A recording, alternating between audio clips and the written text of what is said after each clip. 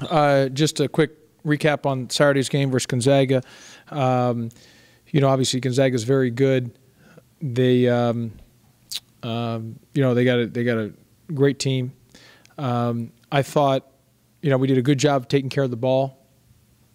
Only 10 turnovers, which back-to-back game. We did a good job of really taking care of the ball, which is important. Secondly, 19 offensive boards, which is, has been a staple of ours. Part of that, we missed some shots, but effort about getting on the glass and keeping things alive. And then the third thing is I felt we did a good job in transition defense, getting back. That was a key component. We just got hurt on two areas. One, we obviously had multiple times where we had a long drought of not scoring.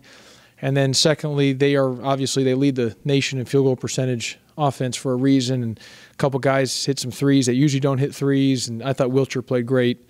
And so did all three of their bigs really played well.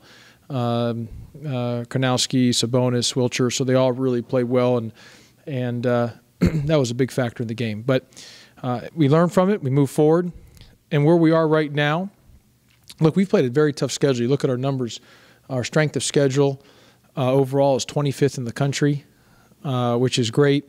Our non-conference strength of schedule, which is 16th in the country, which is great. Which for a young team to play that type of schedule, it just shows you that we did not back down from anybody. We continue to play our tough schedule. So 25th in the strength of schedule, 16th in the non-conference strength of schedule, and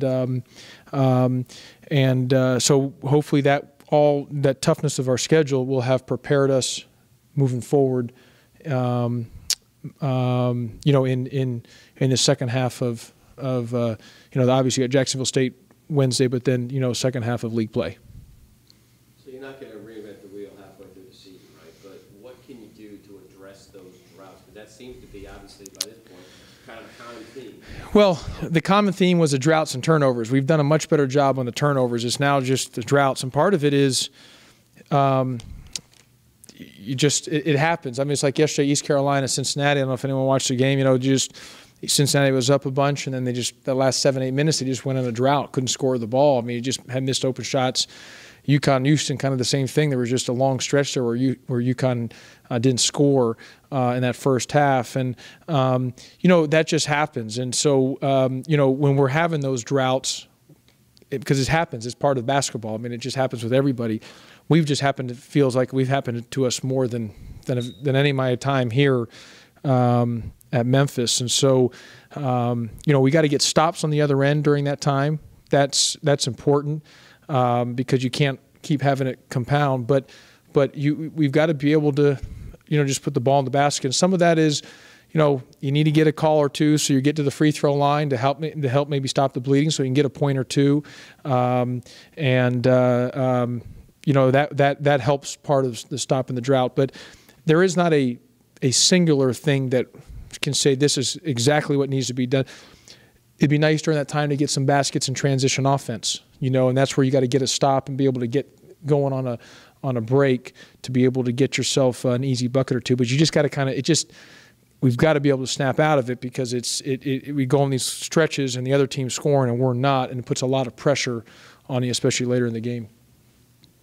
Why did this game end up where it is in the schedule, and do you like playing two straight non-conference games like this in the middle of your schedule? Yeah, it just the way it worked out is because I don't want to have buys. I don't like buys. I like playing 2 games a week, and so our bye was Saturday and Wednesday in the conference schedule.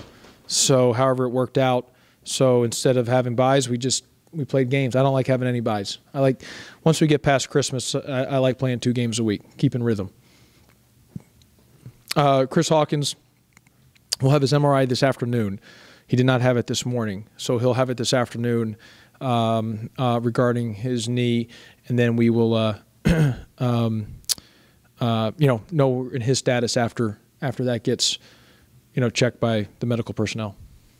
Seems like Nick has taken some of his minutes as of late. Are you happy that he's kind of started coming alive? Well, we need Nick. Nick's a critical part of our team, and he just these last 2 games he's played well, and especially offensively. When you're talking, Matt, about some of the droughts, he's been a guy that's been able to score for us in some areas. He can do some different things. He always has rebounded well, and and I think he's a really good 3-point shooter when his feet are set.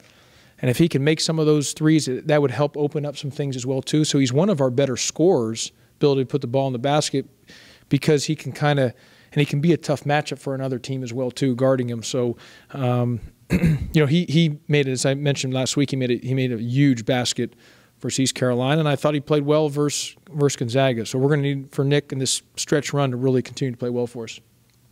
It's frustrating the constant up and down. It's like you don't have other side from Austin.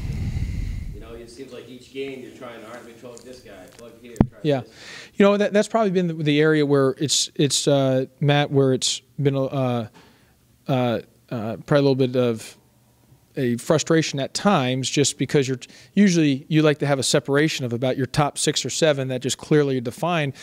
We don't have that, and when I say a frustration, that because I prefer to play 7 to 8, and then you're 7 or 8, but we've got a lot of good players, and there hasn't been a clear separation at times. There's been a few guys who've started to separate themselves, but that's just all part of it. And we got to keep getting better and keep building. And we're in the stretch run right now where guys who, when they get in, they got to step up and get the job done. They just got to get the job done. We all got to just play extremely well, and we have gotten better. Like versus Gonzaga, we played well. We didn't play bad. We just went through the scoring droughts, and they hit some tough shots, but we did not play bad. And that's a very good team. There's a reason they're a very good team, and they're an experienced team too. But not at all did we play bad at all. I've actually thought there were some good things we did. We just got to make sure that we're better at as we keep moving forward. Has this been your toughest coaching job because of that lack of separation, just not being able to figure out what lineup works at times? Well, you guys know, everyone who's followed me, I like playing more 7 or 8. This year we've played a little deeper. But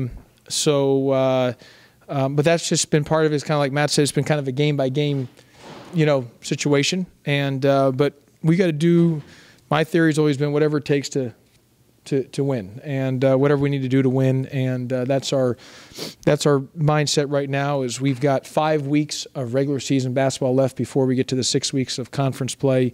So you got 10 regular season games left, 1 game at a time. We got to just play really well, keep getting better, and we do that, the results will take care of themselves. They'll go in our favor for the most part, and but we just got to keep moving up. Moving up that ladder. But we are a way better team than we were when we were sitting at 3 and 4.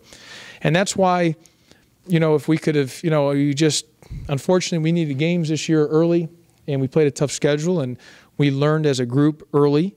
And through that time, we took some lumps, and that ended up, that we struggled early because I think we were finding each other out. I was finding them. They were finding me, finding out who can do what and who couldn't do what. And through that time, we struggled early, and part of that was we just needed games to get better as a team.